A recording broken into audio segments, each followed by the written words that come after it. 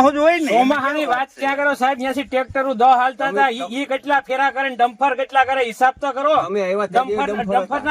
Dumper ના 3 ફેરા થાય, આ ટ્રેક્ટર ના છે ને 100 ફેરા થાય. ટ્રેક્ટર તો ધીમું હાલે. હા, તમને ખબર પડે કે નહીં, ડમ્પર વધારે હાલે કે ટ્રેક્ટર વધારે હાલે?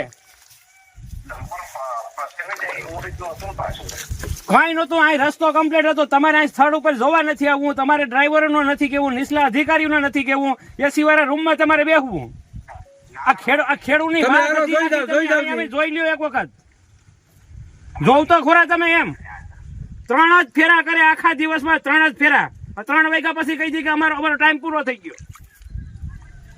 અને ડીઝલ પૂરું થાય તીકડી ફોન કરે રાજકોટ કે ડીઝલ પૂરું થઈ ગયું, તો ડીઝલ નો આગલેથી ફોન કરે કે ડીઝલ પૂરું થાય તો ફોન કરાય?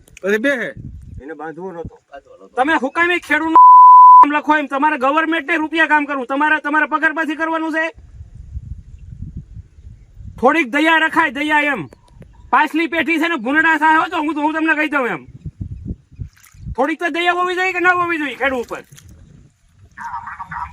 પણ કરવું તો હુકામી 65 ડમ્પર આપ્યા અને ખાલી કેમ 3 ફેરા કર્યા?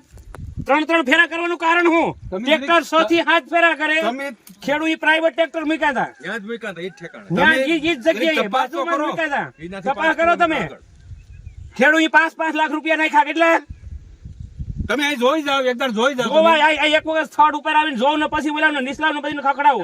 હુકામી કઈ ભાઈ આ ધંધો કરો કઈ?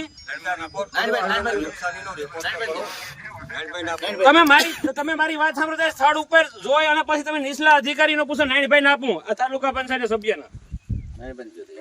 સાહેબ તમે આ તપાસ કરો ને તો તમને ખબર પડે કે અધિકારીઓ શું કરે. તમારા નીચલા અધિકારી તમને અહીંયા કેતા હોય કે હાલે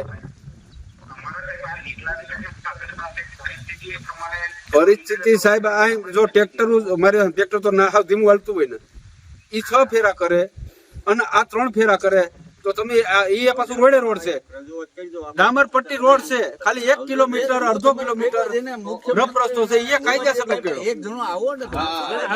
સાહેબ હું તમને શું કહું, તમે 10 ડમ્પર આપ્યા